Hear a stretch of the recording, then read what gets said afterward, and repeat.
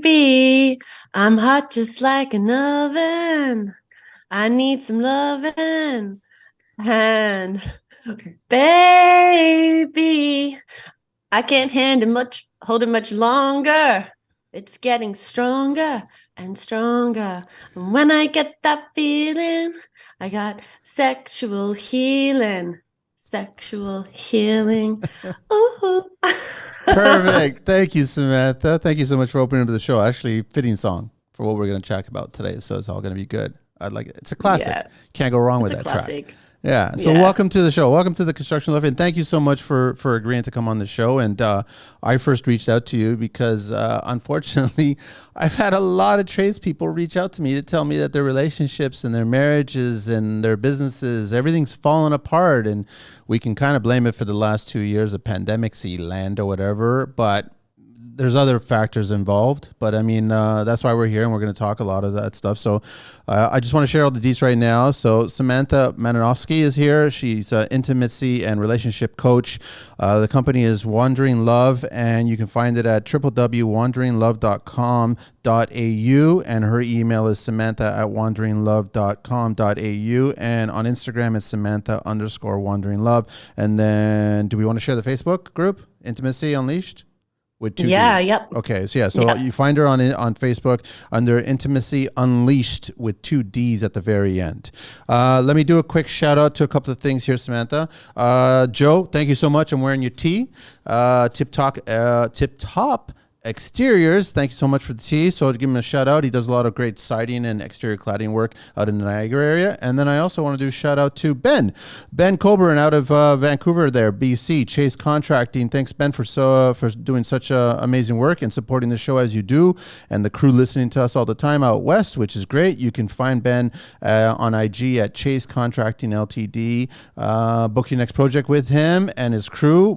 They'll take care of you. You can email him at ben@chasecontractingltd.com, and the website is www.chasecontractingltd.com. And of course, you can find his show right here on TCL, which is show number 275. So thanks, Ben. All right. All that business is out of the way now. Okay. So where do we begin? Because I've got a world of questions. How do you want to begin Throw this them at story? me. Just throw them at you? Okay. Yeah, So throw them at me. I mean, like, it's interesting because, yeah, construction, I want to know what the biggest problem is, really. What are you noticing? I wouldn't say there's a big problem. I think there's several big problems in Okay. construction. Yeah. I mean, I guess one thing I want to ask you, based on your experience assisting others, right? What's the common denominator with couples you speak to that they finally realize there's a dead giveaway, that this relationship, you can't fix it. It's reparable. Like, how do you finally realize that you got to let go? That's I a don't want really to start good on a question. downer, but I mean, at some point you have to look at something and realize that I can only do so much, but Mhm. there's another person on the other end. I'd like to share an analogy, a story Please to do. answer that question. Okay. And I came to this analogy when I was living by myself during COVID, and I love the sun, and I was sitting out and I had a little fire pit, and it's challenging to start a fire, right? Okay. For me. I was like, there's a story. And so I'm sitting there and I'm like getting all the kindling together and getting all the base and the foundation set up. And I noticed that the fire starts with a spark. So I spark the fire, the kindling's, doing its thing, it's burning up. And then I put the logs on the fire, and eventually that starts to burn up. The fire represents relationships, the relationship. It starts off with the spark. You're both adding logs. When somebody is not willing to put a log into the fire or add a log to the fire, the relationship dies. Resentment builds up, intimacy's, just on the back burner. And what I've observed is that if a couple are not willing to share that same goal of keeping that fire lit, that's when it's over. If you don't have shared goals in the future that you want to both achieve and work towards, then the relationship's not going to go anywhere because you're wanting different things. And so in a more mechanical sense, when values misalign, that's when I see relationships break down. When the values change, in life. And I know it sounds really simple, but that's as simple as it can be, you know? So why are they changing? Is it just a number of factors in each other's lives? It could be their professional, it could be their family, it could be just themselves. Yeah, it's multi-layered. I don't know why people's values change. I think what happens is when people choose not to grow together and they choose to grow apart, whether they do that consciously or unconsciously, that's going to lead towards the breakup. And I think that people get complacent in relationships. They stop putting in the effort. They stop Yeah. adding logs to the fire. Yeah. They That's for stop sure. prioritizing the relationship. It becomes a chore or, a burden. Is it true, Samantha, that once one person has it in their mind, I'm done with this relationship? Like they haven't expressed it yet to the other person because they probably had to just conclude it to confirm it within themselves. But once they've told themselves internally that I'm done, there's nothing the other person can do. Is that true? Or is there salvage moments there that you can come back? Because I trust me, and I'm in my 50s, my early 50s. So I've had my share of relationships and I've learned as I've gotten older, right? And so I see a lot of younger trades coming at me, asking me questions, and I don't I thank them for asking me, but I'm telling them, listen, technically speaking, I've never been successful in a relationship. And I really don't know what success in a relationship. That's why I want to speak to you about, right? So we'll get to that. But I've heard sometimes, and I've had conversations like that. Once the person internally tells himself, I'm tapped out, I'm done, I've given what I can, regardless if we got kids, regardless if we've been married, regardless if we're planning a future together, I am just mentally done and I want out. There's nothing the other person can do, or is there something that the other person can do? It's really complex because I would question what is going on for that person. And this is where we get into attachment theory. So some people choose to run away because that's what's easy for them, because that's what feels safe. And it's a lot more complex than, when one person is done internally, then it's over. I think that when you start to learn the skills and the tools that come with having a really successful relationship or a relationship that's thriving, you begin to become aware of the parts of yourself that build walls or barriers towards like bringing you apart from the relationship, because we create stories. We create stories in our head of, there's a lot that leads up to that point. A lot of resentment has been built, a lot of disconnection, a lot of assumptions, I would imagine, have occurred for a person to get to a certain point where they're like, I'm done. And sometimes, if we're going to go into attachment theory, it's really complex in itself as well. But sometimes what people do is they reject before somebody rejects them. Yeah, I've seen that. And so Yeah. sometimes by saying I'm done, it's really a cry for, can we create more intimacy in this relationship? But they're not ready to admit that to themselves because it's really vulnerable. So what they have is that defense barrier of like, I'm done, I can't do this anymore because I don't want to reveal what I truly desire and want because I expect you to read my mind. And if you can't read my mind, then what's the point of being in a relationship? Like, this is all happening subconsciously. Yes. This isn't a conscious thought that people are having. It's just so like swift. And yeah, that's been my observation. Okay. Now, there's obviously a difference between intimacy and physical. And obviously that, I mean, I love reading some quotes from certain individuals. And I think it was Tom Hardy that actually said that if you eliminate the physical aspect of any relationship, that's when you actually truly understand if there is a relationship there.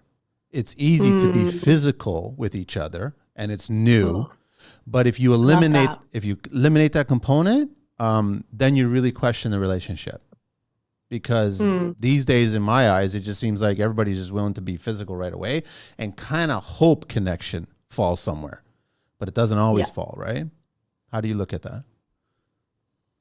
Yeah, I mean, like, okay, when we're physically connecting with somebody, there is a lot of hormones running through our Of system. We've got course. dopamine, we've got serotonin, we've got oxytocin. All these lovely, beautiful feeling hormones can cause an addiction to that feeling, And so if you're anchored in a foundation of like physical connection, and that the passion does die eventually. You know, those hormones start to we don't get that same high as we would at the start of the relationship. Yeah. What I think happens is that this becomes a currency. That physical exchange becomes a currency because of so many reasons. Like, we're sold the story of like, oh, I'm the exception to the rule. This is going to be the one person that I, you know, attract in or hook in because I'm, you know, so great in bed or whatever the story is. Like, that's what I saw in the movies. They made love the first time they met. And so it's imprinted and it's so deep. Like a lot of movies share that message. Or we've had an experience, a one-off experience where we've had that, where it has evolved into love, and then we're chasing that same story. Uh-oh. Intimacy it's so much more than that. And when you are able to connect in an emotional way, connect in an intellectual way, connect in an experiential way, a spiritual way, and be met in all those different aspects of what intimacy is, the physical intimacy only gets better.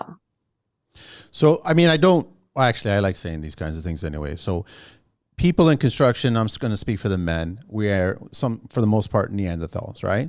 So we have a hard time. And I'll say that, yeah, I used to be like that until you start learning, right? We have a hard time understanding the difference between intimacy and physical. And there's a massive difference between the two, right? So, and also there's this other pecking thing going on with the men in the construction where they don't want to show that intimate side of themselves to whether they're co-workers or to just the industry, but they want to try to share it somehow to their significant other. But I think that, you know, like everybody's three different people. There's the person that your family knows about, there's the person that your partner knows about, and then there's you. So it's like they always want to try to make them the same person in all three stages. How do you not necessarily coax or convince a tradesperson, a tradesman to share that intimacy or speak that intimacy language without coming across as if he or she's being difficult about it? Like, this is not me. It's like I got two left feet kind of thing. Okay, some of the question cut out. Oh, sorry. What part? Yeah, I know we lost you briefly there. It cut out most of it just when you were sharing. Sorry. It just froze again now. Okay, it just froze there. Okay, so we just lost you there for a second. Okay, so let me try to I'll get it. I guess guys have a hard time expressing themselves intimately. Mm-hmm. And I think that their go-to is that becoming physical is intimacy. And that's what I'm trying to explain, that it's two different things. Mm-mm. I know what you're asking now. Okay, got it. Okay, so it's an actual biological thing. And this is where I believe that we need to celebrate our differences rather than try to change, in your example, men to becoming more like women and women to becoming more like men. You know, we can flip the example of like women need to be more sexual or whatever. The truth is that women are biologically designed to have an emotional connection and to network and to connect in an intellectual way. Men are biologically designed to procreate. And so when you are connecting physically, that is deep connection for you. I mean, I'd love to hear your opinion. Like, do you have sex for the sake of having sex, or is it a way to connect with the person? And if you don't feel comfortable sharing your podcast, but no, like I learned that lesson a long time ago. In my 20s, yeah, sure, I'm a rabbit. You know what I mean? And I don't really care. But the thing is, once you start getting older and you start realizing that that was just sex for the sake of sex, and I don't remember a single detail about it. So then I've already forgotten it. So then I started realizing that is just physical, and that's just basically just doing the act, but there's nothing substance attached to it, right? Once you start realizing that, I realized it in my 30s, all of a sudden you start realizing, no, you wanted something more. You wanted some sort of a connection, and you were looking for that connection. And then eventually you did find that connection with somebody, and then that became a longer relationship, a more stable relationship that became a relationship with substance. And when you're in the relationship, like, did you notice that your priority to connect with your partner was through sex? No, Like, was that no. okay? What was, yeah, Yeah, so it was more about conversation. I just started realizing conversation? that what the other person was thinking and saying and expressing was far more Mm. valuable than what they look like, in their birthday suit. It's not so much what they look like in their birthday suit, but it's the act itself of making love and feeling the connection there, and like that being a really important piece of the relationship. Like without that, I find that men really struggle in relationships because they're feeling like you can only connect so deeply when you're connecting emotionally and intellectually. And I feel that what I've observed is that when men don't have that physical connection, it can really create disharmony in the relationship, disconnection, and that feeling of rejection, which is, I'm not victimizing men. I'm just saying that this is an awareness piece that it's okay to want to make love, Yeah. and I give full permission to men who do want to make love as a way of connecting with their partners. And I think what we're unlearning here, I've experienced this, in a lot of women who've worked with me and people who meet my work have to unlearn the paradigm that men only want one thing, and that's not true. It's not. You don't want Never. one thing. Yeah. Like, you're not having sex to take from a woman. There are men out there, I will say, that are taking, but ultimately when you really love a woman, like, you want to connect. So why is You tell there? me, true or false? No, I agree with you. 100% I Yeah. agree with you on that, right? I want to ask you something else here. How can we be more aware when we're sacrificing too much of ourselves for the happiness of the actual relationship? That's a really good question. Yeah. So what men and men who are wanting to integrate their masculinity will be challenged with is how holding boundaries for themselves and staying in their center, being able to support the relationship and support their partners in a way where they're not self-sacrificing and martyring themselves. But that happens all the time in almost any relationship, right? Yeah, because we're, happy wife, happy life. And that's ultimately what a man wants, is his partner to be happy. But when he's taking responsibility and accountability for her entire happiness, and she's not doing any work, on herself and creating happiness within herself, and she's nitpicking and pulling him apart and not showing appreciation, that has an effect on a man, that can really impact a man in a significant way. And it's almost repelling, because eventually you don't want to show up for the relationship because you're not feeling adored, admired, appreciated. You're feeling like you can't get anything right. And this is a common narrative that I notice with men. And I'm that's my observation as well. Like, what I've learned is it takes two to tango. It It does. takes two to tango. It does, but it takes one to destroy the relationship to move on, to start that process, right? And Totally. I think that, and you could probably agree with me on this. I don't know statistically what the number is or whatever, but it's more the woman than it is the man that starts the process of dissolving a relationship or a marriage or what have you. So I guess first I want to get your thoughts on that. Why is it that? Like, I've got my theories behind it, but why is it that you met each other, you started a life, you started a family, you got a house, you started creating this whole our life story, and then at one point in the marriage or whatever it is, I want to get out of this marriage relationship. I want out. And that's it. And then she's made up her mind. And most of the time, it's the woman that's doing it, not the man that's doing it. The man wants to still provide. The man still wants to come home. The man wants to. That's his only sign of peace. That home, that family. And yet she wants to take that away. So then she wants to be happier, I guess, because something's not fulfilled in her life. Yeah. So I get this a lot. I've worked with so many people on this, especially men who are older and have lost themselves in some ways in the relationship. So men, and I'm being heteronormative here, but men, when you're providing and you're protecting for your family, your needs are being met. Yes.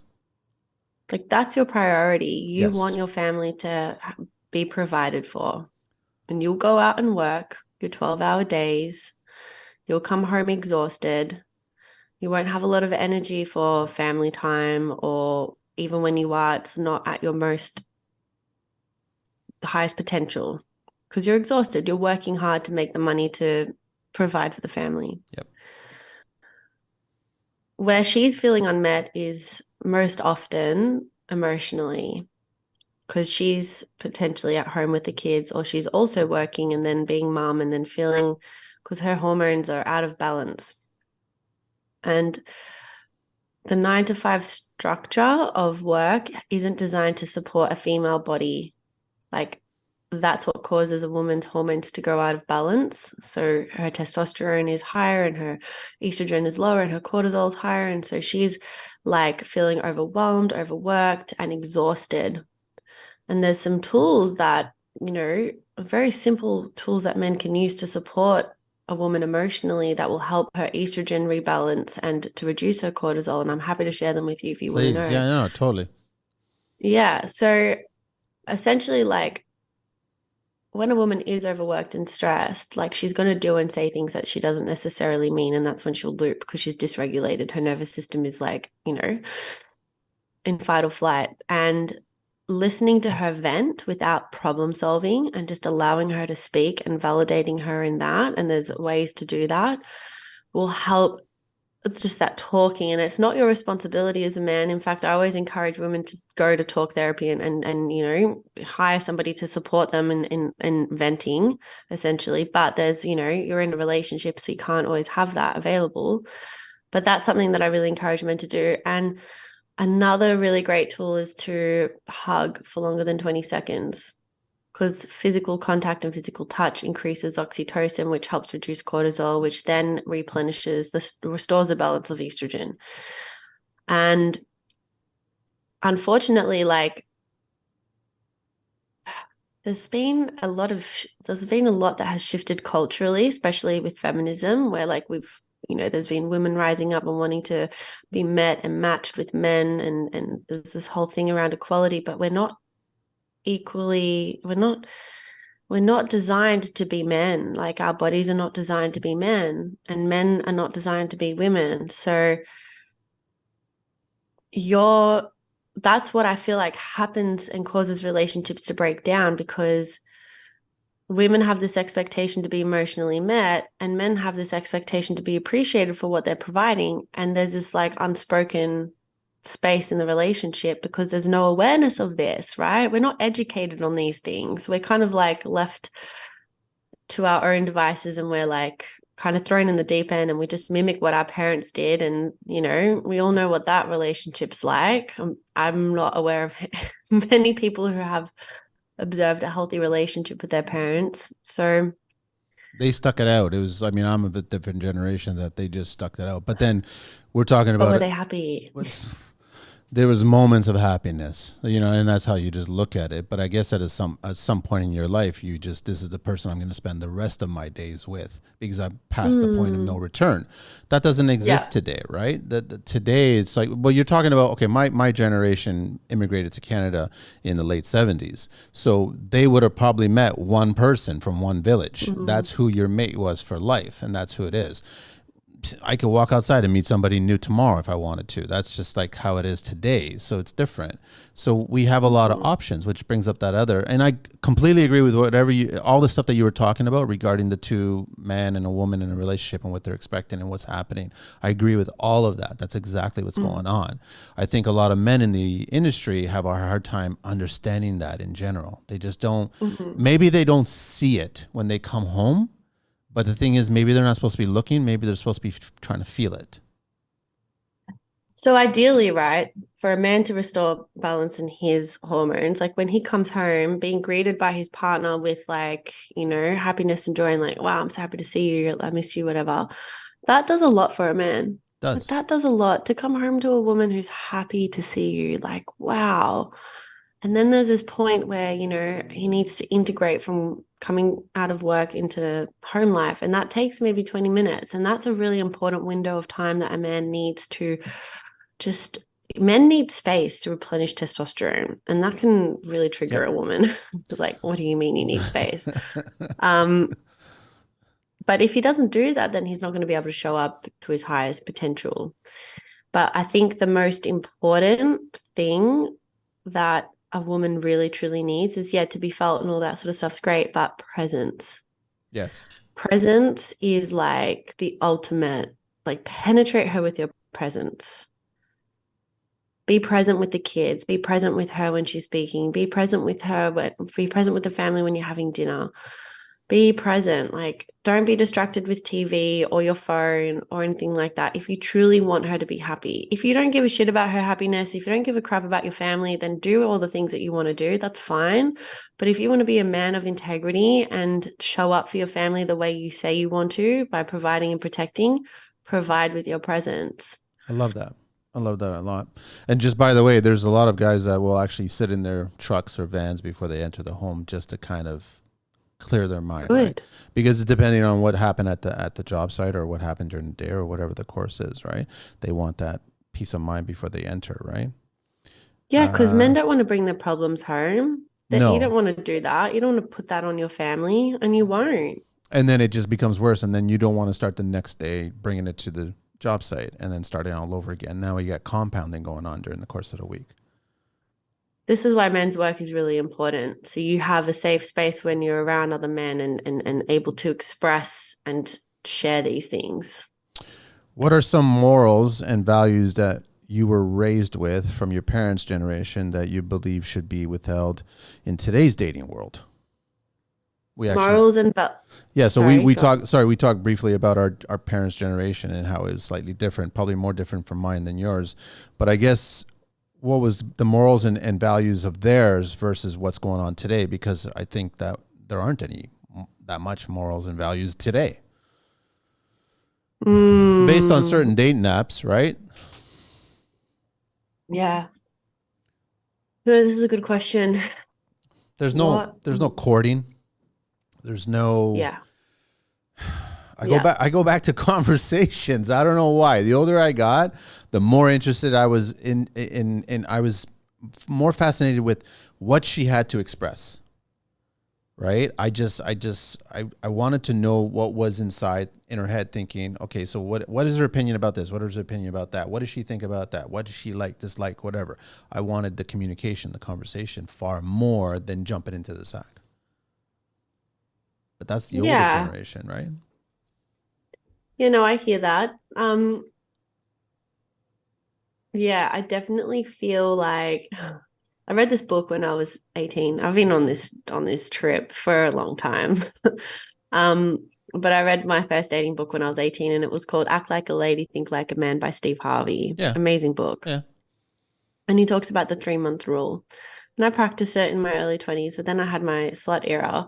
And now I'm in my 30s and I'm like, wow, I really want to come back to those foundational pieces of like waiting before I open my body up to a human, and allowing myself to get to know somebody before we get intimate in that way.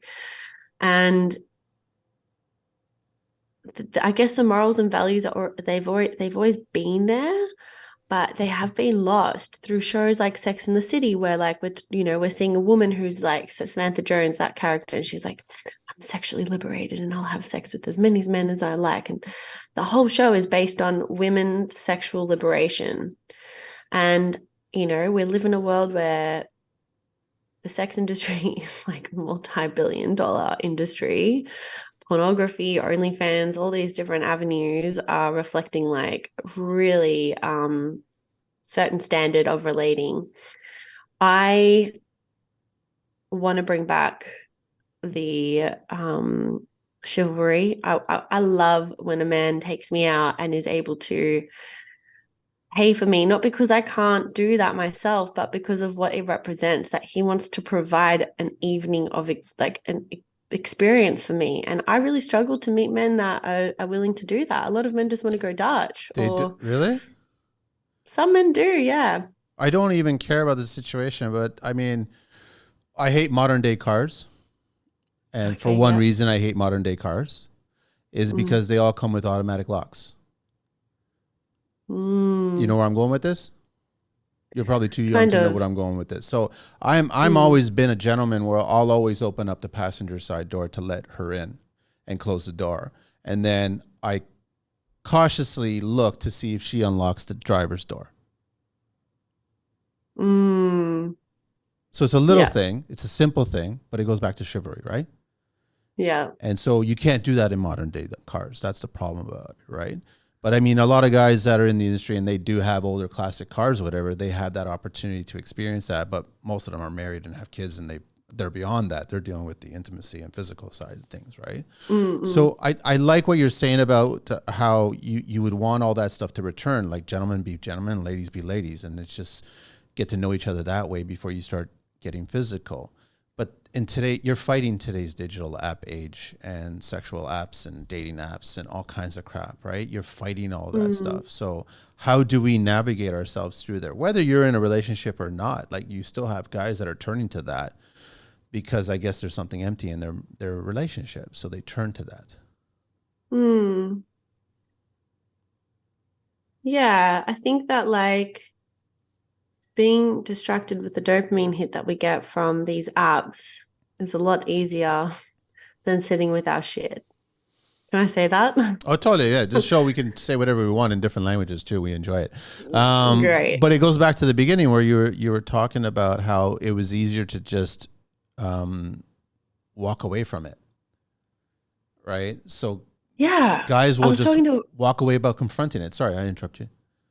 Yeah, no, I was talking to a friend about this years ago when he met his match on Tinder and now they're engaged, but very rare to hear those stories. But he was sharing with me, he's like, I noticed that when I was on a date, I don't use online apps, I don't like them. For this reason, because it's just like so consuming and so distracting. But he was saying, like, I noticed that when I was on this date, I was thinking about Sarah or Jessica or Monica, whoever.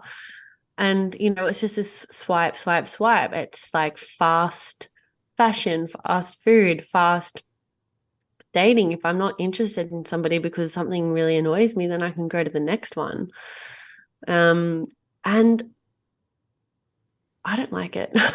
No, I hate it. I think I listen, I enjoy having conversations with the 20 somethings that are in the industry and listening to what they say. But the unfortunate thing, they also point out that they're in their mid 20s, late 20s or whatever, early 30s, and they're dating and they're on these apps, and we'll just keep on pointing the finger at Tinder or whatever it is. And the women of their age group are not looking for them. They keep telling me that the women of their age group are looking for me. And I'm like, and that's another part of the whole dating side of the world, right? And that's a reality though. They say that. So they can't find a significant other because the pool is smaller and these particular women are looking for these particular men, and it's not them. Mm, So that's another yeah. reason why I hate those apps, right? Yeah. Yeah. And I guess like hearing you speak to this, I'm like, what can we do now that, meeting where we're at? Because we're evolving, like we can't resist that. Change is inevitable. Like we are in a position now where like chivalry, how it used to look, isn't current. However, how can we integrate that sort of level of chivalry in today's day and age? Like it may not be opening the door or anything like that. It may look different to that. It might be like, I don't know, like it could be anything. This is where we get to be creative, and we get to create new rules instead of going with what Well, it's was. kind of simple. I mean, opening up a door for somebody else is just really about doing something that's not about you. It's about them. Mm. Whether it's small or where or what the situation is, pulling a chair out, like whatever, all these little tiny things. There's a proper way that you should enter into a restaurant, into a bar. There's a proper way, and any man who's listening right now, if you are not walking along the curbside of a sidewalk while you're walking with a Yes. lady, then you're doing something wrong, right? There's a whole understanding behind that. So just be aware of that. And if she wants to flip and she only wants to hold the purse on that side, then you figure out how you still end up curbside. That's all it is. Like that's all you. There's all these little things, and you just got in the back of your head, instead of thinking about Sarah or Jessica and you're swiping right or whatever it is, you should be thinking about all the little things in the course of a day that I can do that are selfless and more for them. It gets really difficult though, because then you're met with a woman who's like, I don't need a man. I don't need you to do It's this. I going to don't need you to do happen. that. The devil shows up whenever they want, right? So it's Yeah, going to happen, and maybe it's happening to test you, right? I've absolutely. told these guys to do digital cleanses. And they are doing that when they've gotten so tired of Tinder. They're like, I've had enough of this. I've had enough of this. I'm fed up with it. So I'm just going to do it digital. Mm, So they'll delete the app and then they'll ignore it. But then, just like a druggie, they'll just go right back to it. They'll start the app all over again after a month or yeah. two. And then they'll go back in to see, oh, who's still here and who's not here and who's new here. And then go down that whole rabbit hole again, right? My mum shared this like this comedy stand-up thing once of this man talking about what it was like in the 80s, like walking up to a woman at the bar and talking to her, like physically talking to her and asking for a number and getting the napkin and writing it down and then going home and being like, is that a 6 or an 8? You know, because some water got on it, like that sort of, but like where where is the courage to walk up to a woman and ask her out on a date or to anyone, mostly in a heterosexual kind of dynamic, but like even doing that in itself takes a lot of balls. And if you don't have the courage to assert yourself in that, that's where your work is. That's what you need to be working on, is building up that courage and that confidence. You're not going to get that by just sitting there and reading a book about how to be more confident or how to do this or listening to a podcast. Like, you do it through the action, like Yeah. actually going to do it. How about getting the courage to actually go out or go home or meet up with whoever's in your life and ask them out again? Yeah. Treat it as if as you're asking her well. out for the first time. Yeah. Oh my gosh, I'm a big advocate for date nights. If you're not having a date night once a week and nourishing your relationship and putting that time and energy and prioritizing your relationship, you're going to be walking towards the thing that we spoke about at the beginning of this relationship, which is a relationship breakdown, essentially. Like, you can't just expect that fire to stay lit without putting in any attention to it. Samantha, Mm-hmm. let me ask you, what are the top 3 reasons why people walk away from relationships versus fighting to keep them that you can think of? That I can think of. Yeah, I was like, should we ask ChatGPT? Top 3 reasons. Chat GPT's never been on a date, so I wouldn't trust it. I know. So top 3 reasons why people walk away. Versus Resentment. fighting for, yeah, resentment for sure. Resentment. Different long-term goals. People change over time. I'm not the same person I was 10 years ago, 20 years ago, 30 years ago. Yeah, but yes. And like, you're either growing together or you're growing apart. And the third one would be top 3 reasons why people walk away. Like, I know it sounds really simple, but misunderstanding and miscommunication. Like, really not listening to each other and hearing each other. Misinterpretation? Yeah. People misinterpret each other in relationships because they're miscommunicating. And Yeah. then it leads to a bigger, I guess, fault or what have you. When married couples come to a point where they are no longer in love and they have a little love left for each other, what is the best advice to get them on the road to repairing that damage that has been caused through the words and those actions? Because, like I said, it compounds over time sometimes. Either the man or the woman doesn't want to confront it, so you don't want to sit it because life is just beating them down. And you know, you could have couples with families, and then you got to bring this child to this event, that event, whatever, and now you never confront your relationship, your marriage, but now you have to. And you're asking me what words of advice would I give people who have that little love left in their There's a relationship? tiny bit left. How can we repair that damage that's been caused by those words and those actions? Go and drink some pina coladas and get caught in the rain.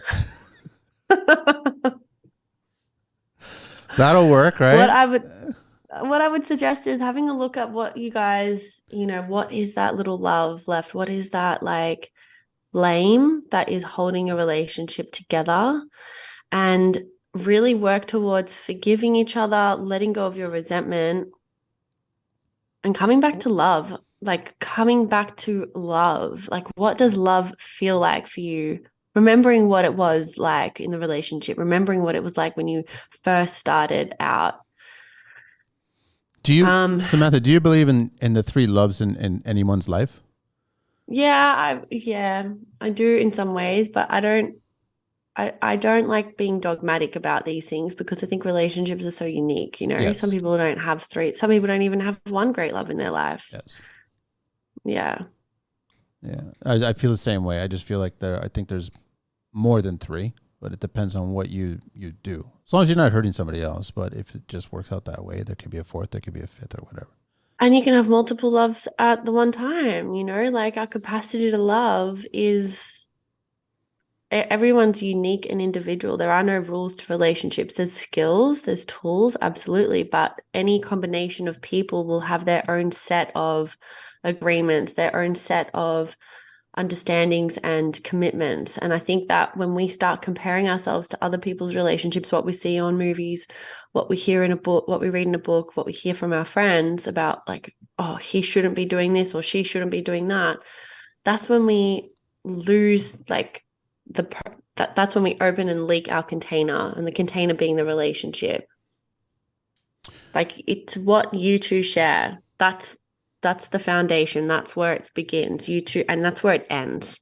Are You pe- two create. Sorry? Yeah. Are people actually You, sorry, go ahead, go ahead. no, you I'll go. keep I'm no no done. no, I'll keep it. I'll keep my thought. Go ahead. Um, I can't remember. Sorry, That's you all lost good. it. I'm I sorry. think I said it. I think I said Yeah. it. It's all good. No, so isn't there some truth though that if you are already in a relationship and you're in love with that person, you do have that connection, but for whatever reason, life has just thrown something else at you and now you fall in love with somebody else. Do you question the first love and thinking, okay, maybe that wasn't truly love because I would never have met this second love?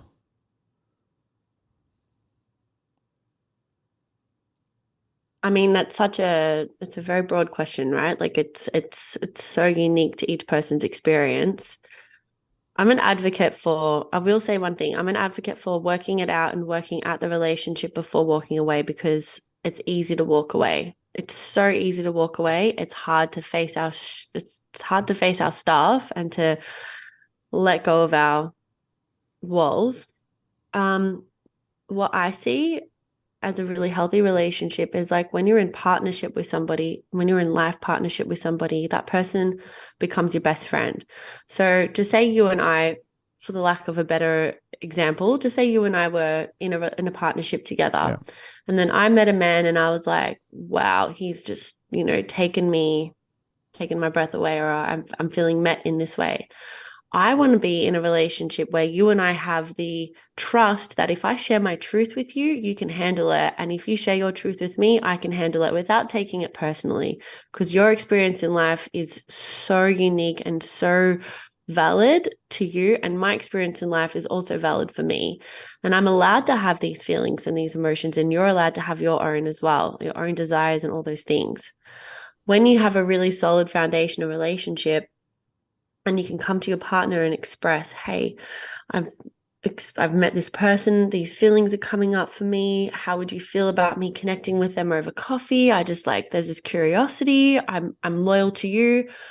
Then you have the conversation of like, these are the boundaries, these are the agreements, these are the things, like, yeah, have a coffee, no intimacy, no kissing, no that, whatever, right? Sometimes just naming the thing and then killing the curiosity by going to see what's actually there is all that needs to happen. Because the forbidden fruit, we want what we can't have, and that desire gets stronger and stronger and stronger, because desire is in not having, it's in the wanting. That's, you know. um But you're so you're you're actually inviting temptation into your life, possibly. I agree with you that if handling that curiosity and going there and just having a coffee and then realizing, no, hang on a sec, the person I have in my life right now, they're amazing. But then you're also bringing temptation to that table date as well too, because they could probably think, well, that person in my life is not as good as this person I think is. mm, and that's where you question your values on whether or not you are loyal to your relationship and committed to your relationship, you know? And like, yeah, that temptation might be there, but do you trust yourself to to, explore the deeper underlying thing. So what is it that this person who is offering the temptation, what are they giving you that you desire from your relationship? I know. I see what you're saying. I see what Mm. you're saying, but we're also dealing with a generation. Okay, so it's a different question to ask of me because I would like Mm, to mm, think that I mm. have values and morals, and then Yep, yep, for a yep. person of today in their 20s, Mm. I think that they might be going home saying, "Listen, I'm leaving," and that's it, and goes from there. I'm generalizing, right? But I'm just saying, I think that Yeah, yeah, they yeah. will give in to temptation because maybe that fruit is a little better, or they assume it is. That's a possibility, and that is telling you everything you need to know. If you're with somebody who's not willing to stay committed to the relationship as you are, like you can't control somebody else's, but having it open and consciously spoken about, what hurts more is the lie. Yeah, The cheating doesn't hurt, it's the lie that hurts. The cheating does hurt to some extent, but you can come back from being truthful more likely than you can from the cheating and the lying. I'd agree. So if Yeah. yeah. Yeah, no, I totally agree. So I guess it's like this is where we're at a new kind of edge of relating where there's, polyamory and there's non-monogamy and there's all these different styles of relating that can create an opportunity for growth and awareness rather than it seeing as temptation. Like this is an opportunity to better understand ourselves and each other and to expand our capacity to love. I got more questions there for you, Samantha. How long should you hold space for another person who you care about, but who is not meeting your needs and does not have the same long-term life goals? When's the white How flag long come should up? you hold space? Yeah. As long as you are not self-abandoning, like don't hold space at your own detriment if you are putting in all the effort in the relationship and that person's not showing up. It's an internal compass that you need to check in with yourself. Like everyone has a different capacity, everyone has different patience. Not everyone's the same. So if it's having a negative impact on your mental health, your well-being, that's when you really need to check in with yourself and question, why am I smartering myself to this relationship and losing myself? Because I think what people are more scared about is losing themselves. Yeah, I agree. I do want to say something about a question you asked me before about the couple that have a little love left. Yeah. The advice that I have for them is to take space. So give themselves space. Give yourself space from the relationship because the distance does make the heart grow fonder. Okay. I could see that. In that space, you'll come to realize some of your own stuff and taking that space to take full responsibility for your contribution, your participation of the relationship breakdown. It's not about sitting there and being like nitpicking your partner and being like they're to blame. It's about really taking the time to reflect on your behavior and how you have not added logs to the fire and what you can do to improve yourself in the relationship. I agree. I totally agree. Yeah. I've seen Cool. guys take space. The only problem is that they went on a sexual rampage. That was the problem. They just had they saw it more as an opportunity and they didn't really take Okay. space. That's a different situation at that point, right? We're having like a Ross moment. We were on a break. um, look, if that feels in integrity, like it always comes back down to integrity. If you really like love your partner and love your relationship You wouldn't. and you're a man of integrity, You wouldn't. I know. you wouldn't do that. I know.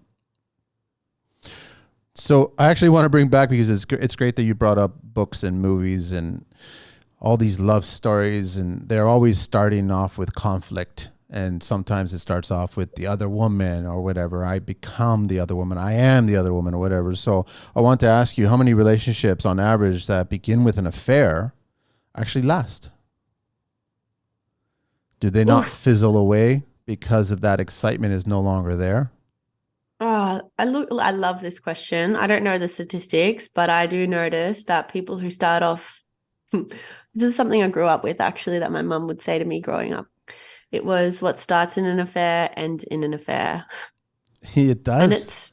it stuck with me because I was like, okay, the dynamic that's playing out here is that a need is not being met in the relationship, so now it's being outsourced. And And one so day it will. there's a pattern. There's Yes. a pattern here. So what would tend to happen is that if you're not being met in your next relationship, you're probably going to be outsourcing it again until you confront the part within yourself and the need that you need to actually take responsibility for and fulfill within yourself. I also agree the temptation dies, that forbidden fruit, that excitement, that lust, that fizzles out. It does. It does. It can't sustain itself. Lust is sneaky. Lust is such a great feeling. It's so, so yummy. But if you can create a relationship where you are feeling lust, love, and friendship all in one, I feel like that's a successful relationship. So how does one do that? How does one maintain that? I can understand that for the first few years, but 20 years, 30 years? Well, okay, my clients, I have these clients who we're finishing up today actually, but they've been married for 9 years. The lust kind of fizzled out. They hired me to reignite that spark. And I'm not trying to plug myself in here. I really want to create like Yeah. offer your audience some useful feedback here. But if your car stops working in a certain way, if the motor goes out, if the oil's not working or whatever, what do you do to make that car run more efficiently and better? You call an Uber.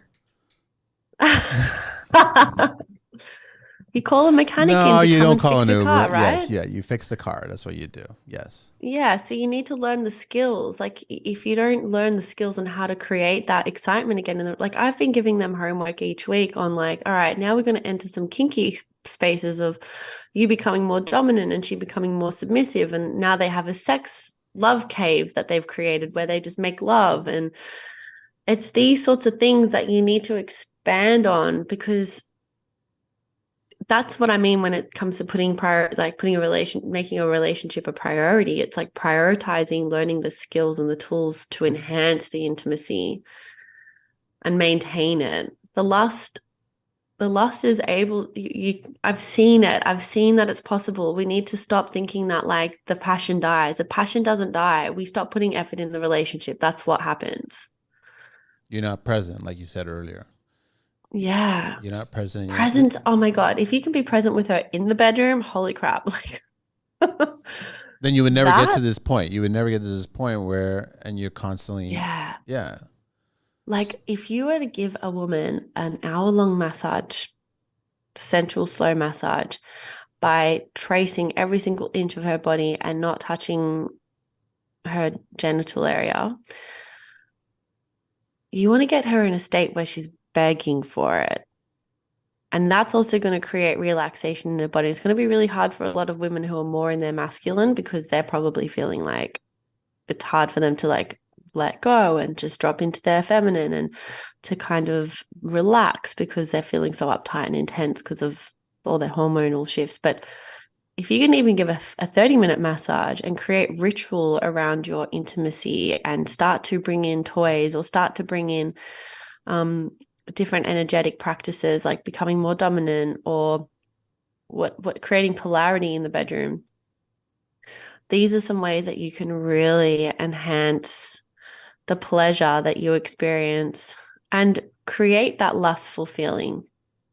You know, lust is that like lots of dopamine and all of that. And if you have your woman lying there on the bed feeling completely open because she's just received this massage from you and she's also receiving your presence, there's a lot that can happen in between the sheets that will, yeah, there's no words. There's no No, I words. agree. It totally would work.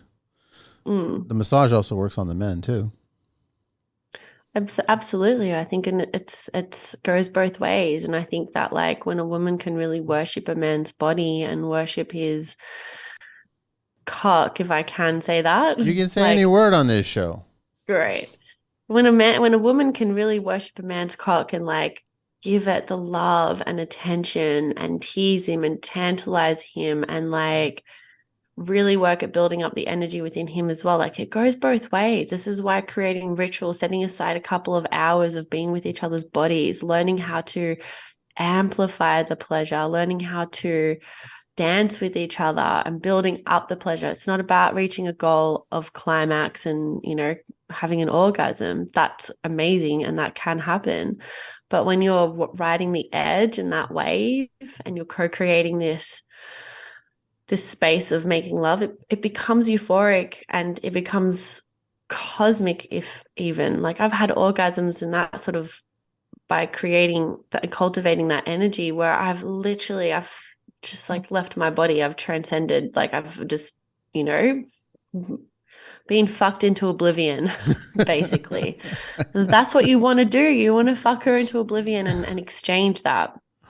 I would say you want to fuck both each other into oblivion. Each other into oblivion. Yeah, exactly. I agree. Samantha, what are the top 5 healthiest and most effective ways to heal a broken heart? And if obviously you fall in love, then you're going to have it broken one day. And if you haven't had a broken heart, then you've never been in love.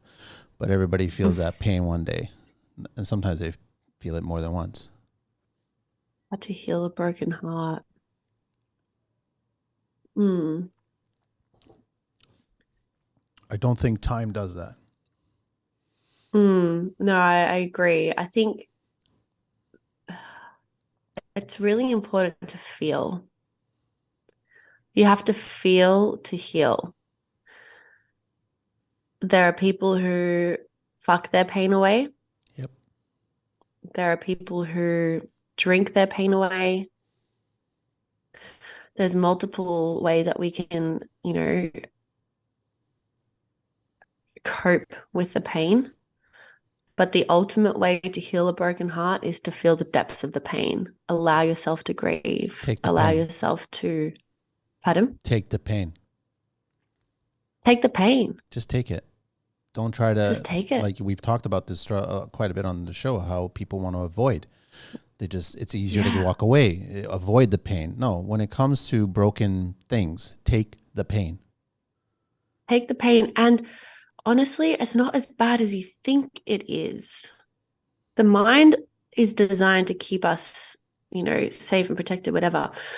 But like feeling the pain, yeah, it hurts. You might be sitting on your bedroom floor crying for hours, but on the other side of that, it is so worth it. We need to welcome our pain. We can't disorient it, because if we're not willing to feel the depths of our pain, we're not going to ever be able to really feel the peaks of our pleasure. It's actually a great way to look at it, because if you can imagine how painful it will be, then you could probably think to yourself how good it will be when it comes back with somebody else. Yeah. One of the best things, other lessons that I've learned through my dating history is being alone after breakups.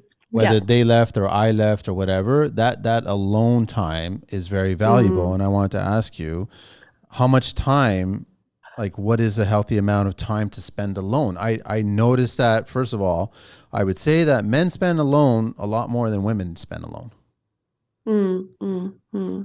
It's just how it is. A woman could actually break up and then the very next day be on a new date and go on. And a man, most likely not.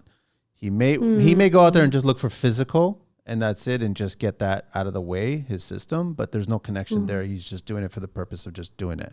And he's forgetting it the moment he even started it. But I'm just saying that I think more men have alone time than women do.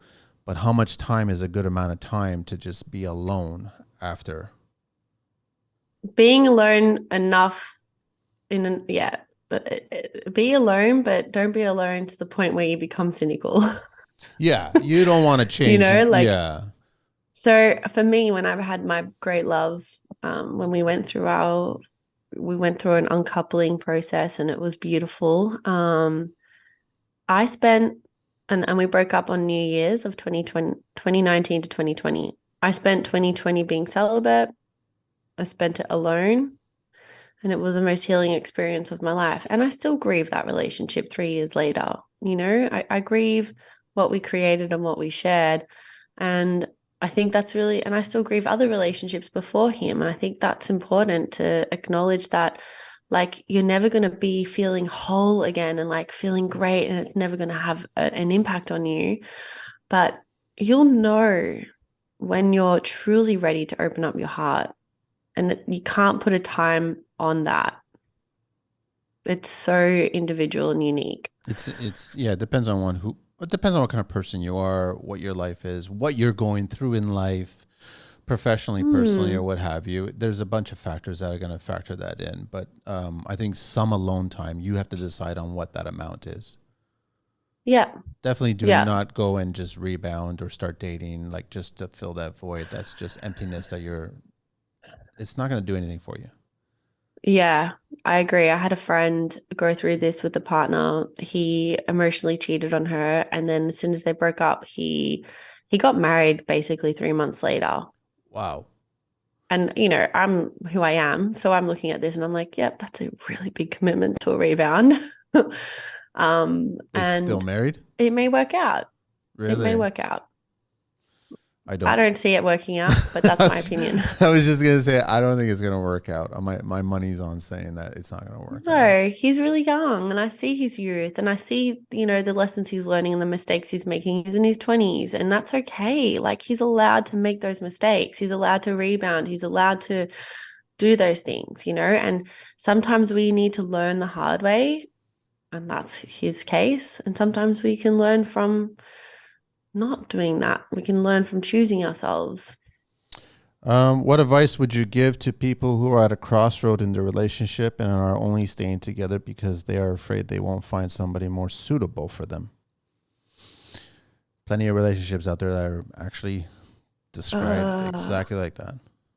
So it just feels really sticky, even hearing you say that, like, and I have people working with me who are in similar positions to that. And, that in itself is a huge call of self-inquiry. What are you afraid of in being alone? Mm-hmm. Like, why are you choosing to settle? Why are you choosing to lower your standards? Why are you choosing to override your boundaries and what you want in a relationship? And have a think about the impact that is having on the relationship you have with yourself. Because I guarantee you don't trust yourself. You don't have a relationship with yourself at all. You're fearful of developing a relationship with yourself. You're avoiding it.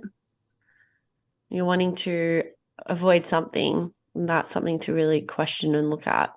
I know that sounds really tough as well, but It's true though. I see it happen. Yeah, Yeah. it's very, very true. Yeah.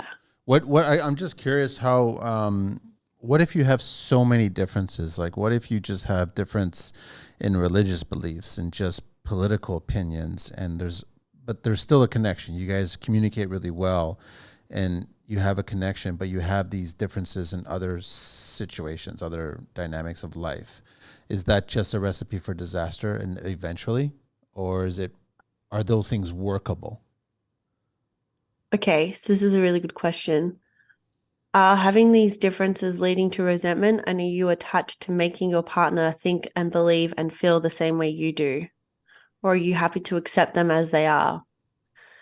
If you're willing to accept them as they are, if you're okay with having differences of opinion in religion and politics, and you want to celebrate those differences, then it's an awesome space to learn from each other and to expand your awareness, right? Exactly.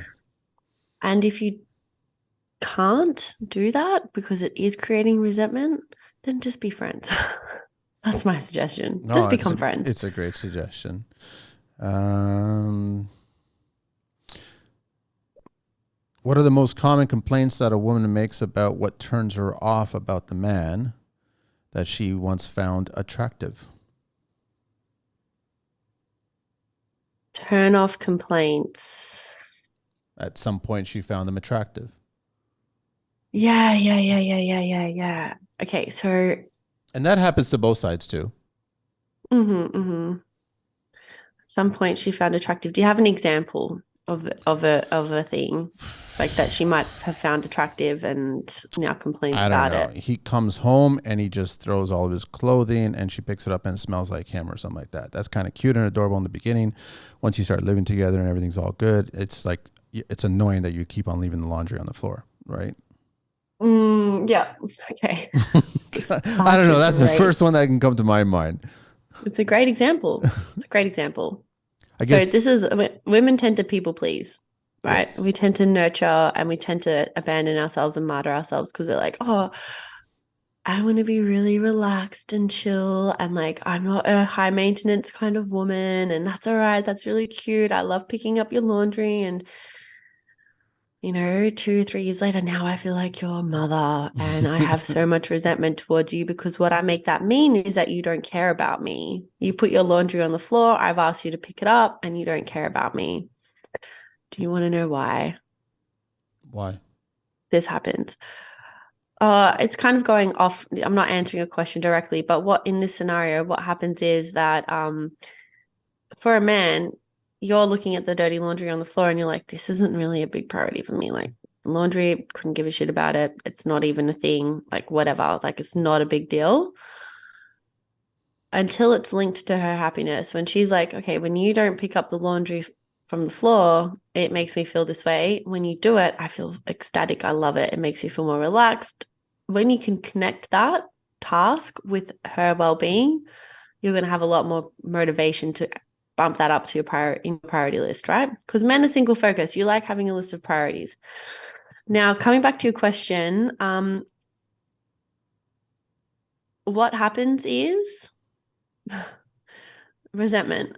So do you know, like, resentment is feeling an injustice in the relationship, right? So if she's putting in more effort in one way, which is potentially domestic duties, she's going to feel an injustice in that and start to compare what you're putting in that same way in the domestic duties. She's not seeing what else you're doing to provide for the relationship or provide for the family. And that, I think, is what creates the turn off. It's not so much the thing itself, it's the resentment.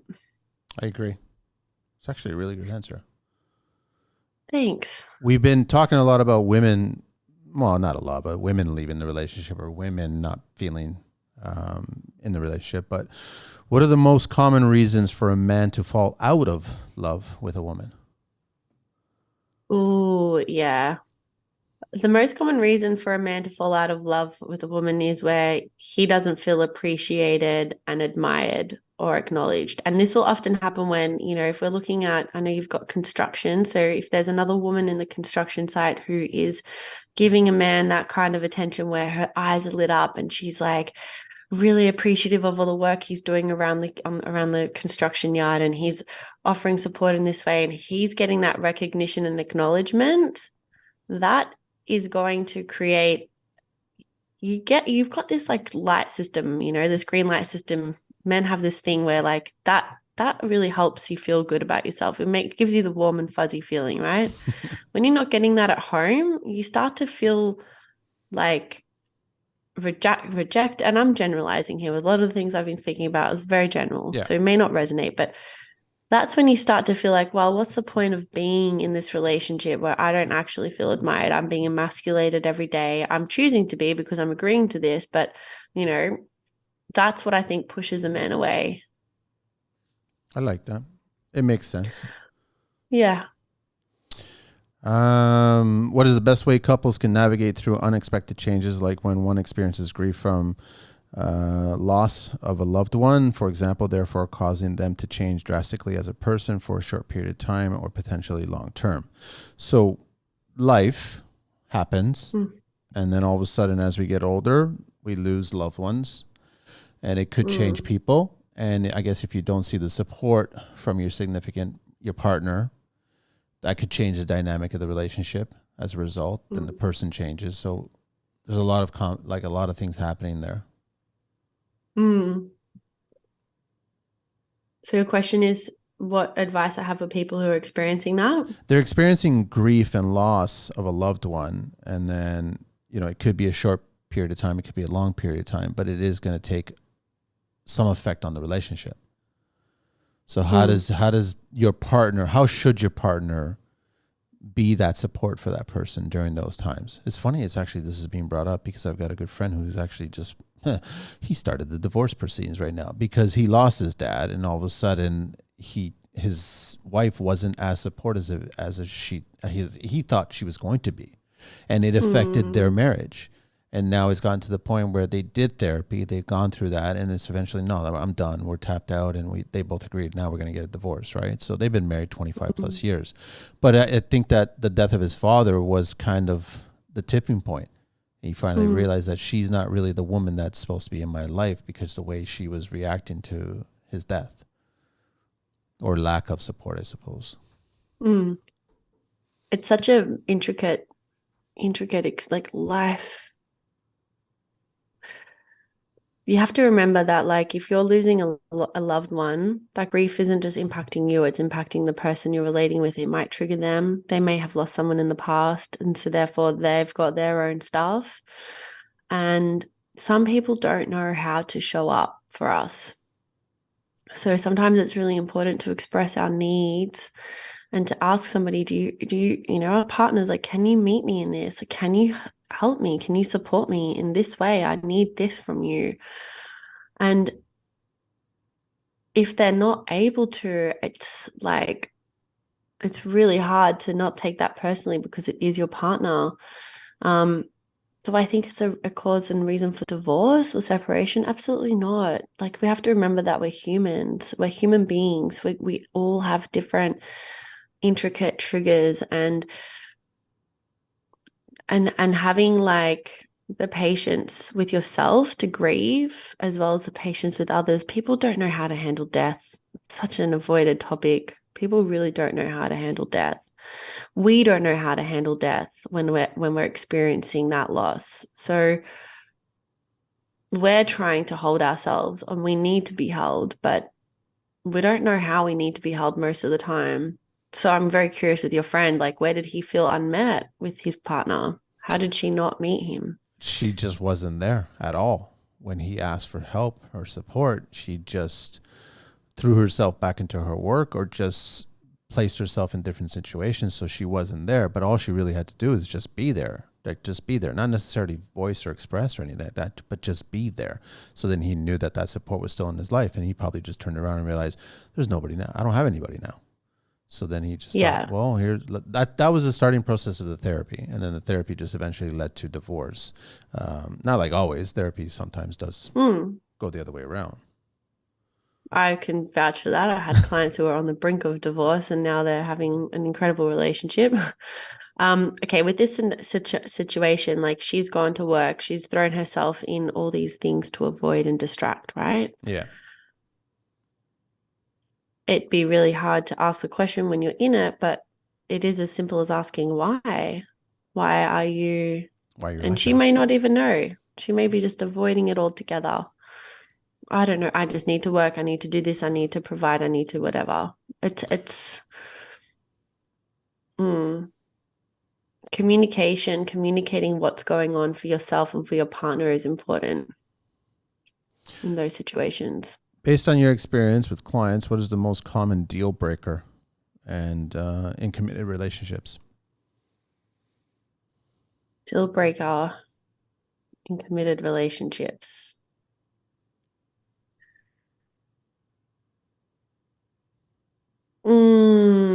I work with people to help them stay together. So I haven't really had anybody have any like specific deal breakers, but let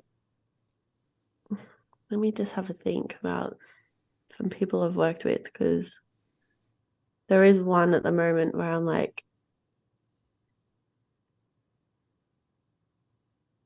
comes back down to like compatibility and standards and values. So specific deal breakers would be like, hmm, It's kind of difficult because we're doing a lot of generalization here because we don't have yeah, the specifics of it. But I guess that I mean, I'm also guilty of it. There's ridiculous things that I would have considered a deal breaker in my 20s that I look back now, I'm like, that's just absolutely foolish and stupid, right? Like, that should never have been a deal breaker, but it was at that time. So I guess it just depends on your situation, but it goes back to Yeah, like communicating. the easy answer is cheating, right? But even then, I don't know if cheating is a deal breaker because sometimes cheating is a sign of like, where is the relationship not working out? Are there people in the studio laughing at this? No, no, I have Angelina there. I'm just looking at her. That's all. Just I double check to make sure everything's still going well. That's all it is. Oh yeah, cool, cool, cool. Yeah. Yep, yep. Yeah, Um, that's yeah. Does that I don't know if that answers your question. It's a really hard question to answer. well, no, I've never, to me, that deal breaker is like if there's a cheating going on, I basically just as simply as whatever you don't want me to ever do with somebody else, I don't want you to do with that person. Right. And then Mm-mm. that starts the process of this relationship is done. So it's just like, if you did that, there's a reason why you did it. So what's the real Mm. reason? But I'm not Yeah. really going to look at you the same way. I'm not still going to care for you the same way. I'm still not going to be able to love you because that will still be there. Yeah. That's what I've learned from it. But I've seen people gladly go through that and then try to work it out, and then they continue. I call it a charade. At that point, they Mm, kept it up just mm, for the sake of either their family or their for kids or their situation. But I mean, it wasn't that long ago when I was hearing all kinds of stories of couples in their 30s and 40s, and they wouldn't separate, they wouldn't divorce because the kids couldn't decide on which parent they wanted to go to or go with. mm. Right. And then they're basing the decision on which parent was making more money. And so yeah, Wow. so it was a lot of there was the resolutions attached to anything that was going to be done was based on monetary. And I was like going, first of all you kids need beatings. That's what you need, right? So we can wake you up and understand that that's not how you should be making a decision. So it's like, for me, a deal breaker is, yeah, obviously if you cheat, then that's a different story. If you want to try to work on fixing it, Mm, I don't know if I can. I think I'm too old school to think that way. yeah. Yeah. I mean, like Um, deal breakers are so, domestic violence, all that sort of stuff. There's so many things, lying, yeah, cheating, but then may not be a deal breaker for people for people, that everybody's might, different. Yeah. yeah. I'm curious about this one. What have been the hardest lessons your clients have learned from loving someone unconditionally? Hardest lessons clients have learned from loving someone unconditionally. Mm-hmm. The constant feedback that I get is self-responsibility. Okay. It's the hardest lesson. Makes sense. Yeah. Loving your partner unconditionally means that you're willing to put aside your own stuff, your assumptions, taking things personally and all that sort of stuff, and taking responsibility for your part in the relationship and loving them anyway. Does that answer your It question? does. It totally. I can go on for days talking to you about all this stuff, but we're getting Yeah. close to the end, and I know you're busy as well too. But I've got a few more questions. Other than kids and money, what are some other reasons why people stay and live unhappily together? Actually, we just brought Mm, that up, but there are a lot of couples that stay because of kids and money. yeah, totally. Um, Complacency. I feel like people don't want to be alone. They have a fear of having to start all over again. They might have, I've heard that there's people out there who have STDs like herpes and they don't want it. They don't think that they're ever going to find somebody else who's going to accept them in that. Um, Religious reasons, like Froze. we're bound. Yeah, that was my bad. No, no Or problem. I don't know, just froze. But yeah, we're bound to this marriage, so we can't continue. Those are some reasons that I see happening in Yeah, I relationships. agree. I agree with them. And then I guess, yeah, here's an interesting question. How important is a woman's slash man's body count to the average man, average woman in today's? Say that first bit again So because it sorry, cut out. it's actually the same question. So how important is a woman's body count to an average man? How important is a man's body count to an average woman? So it's actually a body count towards both sexes, right? So you're gonna have to inform me what body count means because I don't think that's an Australian Oh, thing. so how many people you slept with before you met this person? Body count. Okay. I think it matters more to men about how many Women. men. it matters more to men how many men women have slept with.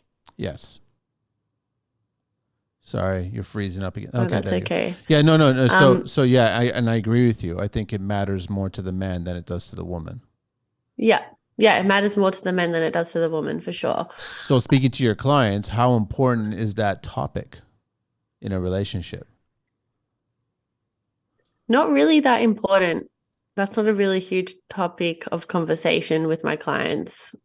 When they come to me, they're usually at that point of like either resentment and they're wanting to fix a relationship, or they're like stale and stagnant and they're wanting to create more pleasure and play. Um, the body count isn't really a big thing. So I work mostly with couples. I mean, my mentality, as whatever it is, it's I didn't give a shit what you did before me. I only care what happens with me, and that's Mm-hmm. it. Simple as that. Hmm. I like that. But that you're a man, I don't know much about you, but like you seem quite integrated in your masculinity. I'm weathered. But I, you know who you are and you're strong in that. exactly. You know what you can bring and you're not going to waver on who was in the past.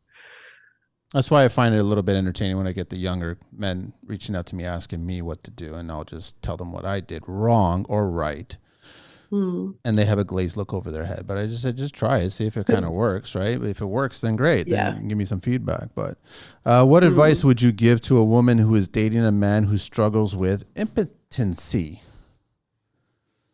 What advice would I give a woman? Patience, like if it's more of a psychological thing for men than it is a physical thing. And 100%. so, yeah, if you're able to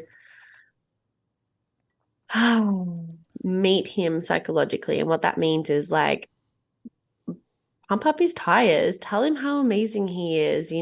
Chances are he's probably feeling intimidated by you or feeling like overwhelmed by how much love he has for you. Like, reassure him how you feel about him, reassure him that he is amazing. And when you're in the bedroom, work towards deep breathing together, and taking things slow and really building the energy up and building the sensation up. It's like also important that he seeks help if it's an ongoing problem, but don't take it personally. That's ultimately what I would say as well. Do not take it personally. It has nothing to do with you. You may play a part in it, but ultimately it comes down to him and his relationship with him, his mind and body. It's a great response. That's exactly it. That's how they Mm, should look at it. yeah. But most men don't look at it that way, right? They just start to Yeah. panic, and then they're just adding to the panic and anxiety, and then all of a sudden just all kinds of stuff happen. So what are Yeah. three characteristics that every high value man encompasses? 3 characteristics every high value man encompasses: integrity. Mm-hmm. And I guess being a man of your word kind of falls into integrity, but integrity is a bit broader. Yeah. But yeah, being a man of your word and being connected to your purpose, living out your purpose. What are three important things that our high value woman wants in a man? The same things. Not necessarily. Presence. Yeah, Yeah. integrity, presence, like a man connected to his purpose. Emo- not emotionally available, like not so much so where you're like spilling all of your emotions on a woman, but emotionally intelligent and emotionally present. That's, I think where people get really confused is that, oh, we want men to cry. Yeah, great. And also let's have a talk about what that does to the polarity in the relationship and how much you trust him when you see him cry. Um, what you really want is that he can hold you in your emotions and express his emotions in an intelligent way, not in a sort of tantrumy, boyish kind of way. That's what women want. I like that. How can two people keep a relationship thriving amidst life's lows and less romantically riveting periods in their lives? So the romance is gone. It just left out the door. Well, It's so simple. Like romance is gone. What are you doing to create romance? Like get romantic. Sorry, froze there for a That cut second. No, out. I Yeah. think you were saying get romantic. Basically, just make the effort. Start doing it. Don't forget what you did in the beginning. Don't forget what you still want to do. Don't forget that men are creative. Think about new ways Yeah. of being romantic. This is going to sound really misogynistic, but it was said by a man called Amrapani, and I love him. He was like, women complain that a man is not putting in his effort in the relationship anymore, but like she stops putting in effort as well. And it sounds really terrible, but like at the beginning of a relationship, women are like taking priority in their appearance and showing up in a really beautiful way. And then all of a sudden they let that go. And then a woman might meet a man at the office or a man at work who suddenly she has an interest in, and then all of a sudden she starts putting in more effort in her appearance. So it's those little things as well, like dress up for each other, do things that turn you on and make you feel radiant and show up with that radiance in the relationship. Don't expect that from your partner. Burn the sweatpants. Yeah, exactly. Put some lingerie on and cook that dish together, that decadent meal. All right, we got to do the 12 questions of construction. I really appreciate this, Samantha. Honestly, this has been amazing just speaking to you. And I totally forgot to tell everybody at the very beginning of the show that you're in Australia. What part of Mhm. Australia are you in? I'm currently living near Byron Bay, Okay. but I'm moving to the Gold Coast. So we were trying to So, figure out before we were going to get on the phone with you, Australia has about 10,000 time zones. yeah. Yeah, Because yeah, I think yeah, you're 14 hours ahead of us. So we're speaking to you. We started speaking to you at 7:15 p.m. our time. What time is it there yeah. now? It is now 10 to 11 Yeah. in the So morning. it was 9:15 when we started. So 14 hour. 9:15. Yeah, Yeah. 14-hour difference. So thank you Yeah. so much. So Wandering Love, she's an intimacy and relationship coach, www.wanderinglove.com.au, and it's Samantha at wanderinglove.com.au, and then on Instagram is Samantha_wanderinglove, and then also find her on Facebook under the Intimacy Unleashed with 2 Ds. You ready to answer the 12 questions of construction? I think so. Let's try. There's no right or wrong. It's just pure fun. That's what it is. Okay, cool. What is your favorite construction word? Like I'm gonna use Aussie smoko. Oh, okay, no, totally. I know the Aussie term, so it's all good. Smoker. Yeah. What is your least favorite construction word? Uh, tools. Sorry, what was it? Tools. Tools. Like put the tools down. I don't know. Like there's a yeah. What turns you on in construction? Men moving their bodies in sweat. That's been expressed a few times on this show. What turns you off in Yeah. construction? The messiness and the dirt and the grit. What's your favorite curse word? Fuck. What's your favorite vehicle? Anything in the world? Oh, my favorite vehicle. I love a good four-wheel drive, preferably the G-Wagon. Okay. What's your least favorite vehicle? Least favorite Hyundai gets. What construction sound or noise do you love? What construction? Sound or noise do you love? Ah, I love the sound of a drill, What construction sound or noise do you hate? the sound of a saw, an electric saw. There has been so much hate for saws on the last 6 or 7 Yeah, shows. because it's like, That's what they like, say. Everyone, I don't get it. I need to get some chippies on the show so then we can start getting a lot of love for the saw. some chippies. Oh my gosh. What profession other than your own would you like to attempt?